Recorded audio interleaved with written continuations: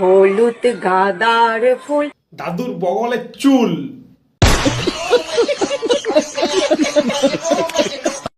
রাঙা পলাশ ফুল, হলুদ গাঁদার ফুল, রাঙা পলাশ ফুল।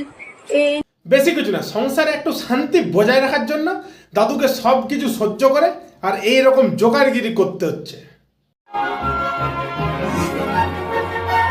না মানে বিশ্বাস করো, জোকারকে দেখে এতটা হাসি পায় না যেটা এনাদেরকে দেখে হাসি পাচ্ছে।